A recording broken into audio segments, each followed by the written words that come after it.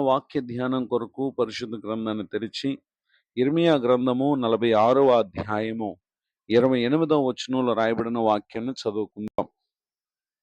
నా సేవకుడైన యాకోబు, నేను నీకు తోడై ఉన్నాను, భయపడకుము. చదవబడిన ఈ వాక్య భాగంలోని దీవెన నా ప్రియులకు మీరు అందరూ పొందుదురుగాక.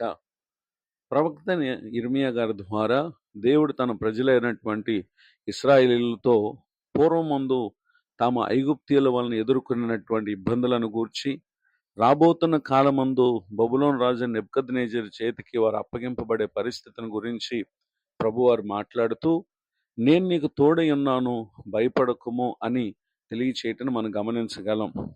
పూర్వమందు మన జీవితాల్లో మనం ఎదుర్కొన్నటువంటి సమస్యలు ఎలాంటివైనా, రాబోతున్నటువంటి దినాల్లో ఈ విశ్వాస జీవితం విషయమై మనం ఎదుర్కొనేటటువంటి ఆపదలు ఏమైనా నిశ్చయంగా ప్రభువారు నాడు వారికి ఏ విధముగా సెలవిచ్చారో నేడు ఈ మాటలు వింటున్నటువంటి మనతో కూడా ఆయన అంటున్నారు కదా, నేను నీకు తోడై ఉన్నాను, భయపడకుము. విశ్వాస జీవితంలో పలు శోధనలు, సమస్యలను మనం ఎదుర్కొనే వారంగా ఉంటాం. మనకు తోడుగా ఉండేటటువంటి దేవుని ఎదుట మనం ఏ విధముగా ప్రవర్తిస్తే ఆయన అనుగ్రహించేటటువంటి సహాయాన్ని పొందగలమో పేతురు రాసినటువంటి మొదటి పత్రిక 5వ అధ్యాయము 7వ వచనం నుండి 10వ వచనం వరకు రాయబడినటువంటి వాక్య భాగాలను మనం చదివినట్లయితే, ఆయన మిమ్మును గూర్చి చింతించుచున్నాడు గనుక మీ చింత యావత్తు ఆయన మీద వేయుడి. నిబ్బరమైన బుద్ధి గలవారే మెలకువగా ఉండుడి.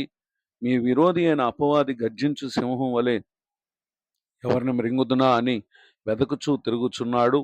లోకమందున్న మీ సహోదరుల యందు ఈ విధమైన శ్రమలే నెరవేరుచున్నవని ఎరిగి విశ్వాసమందు స్థిరులై వారిని ఎదిరించుడి.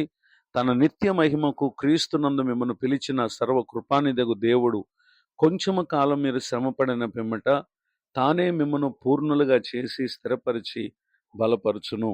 చదవబడినటువంటి ఈ వాక్య భాగాల్లో మన విశ్వాస జీవితంలో మనం ఎదుర్కొనే బాధలు ఏమున్నప్పటికీ ఆయన మన గురించి లక్ష్యం చేసేటటువంటి దేవుడు గనుక మన ప్రతి బాధ, వేదన ప్రభువునకు మనం తెలియచేసే వారంగా ఉండాలి.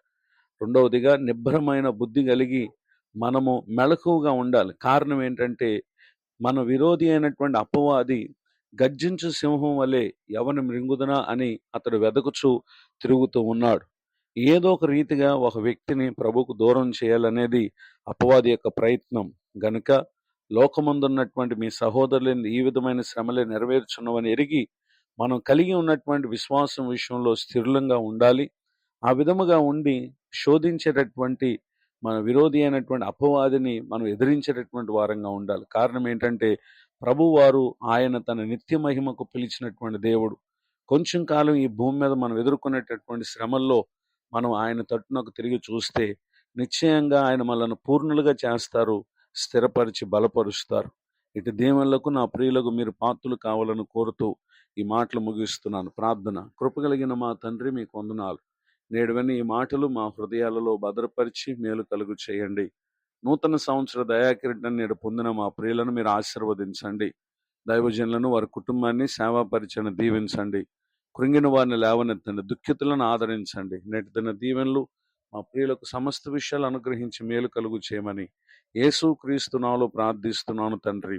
ఆమెన్. తండ్రి, కుమార, పరిశుద్ధాత్మ దేవుడు తోడు నడిపించును గాక. ఆమెన్.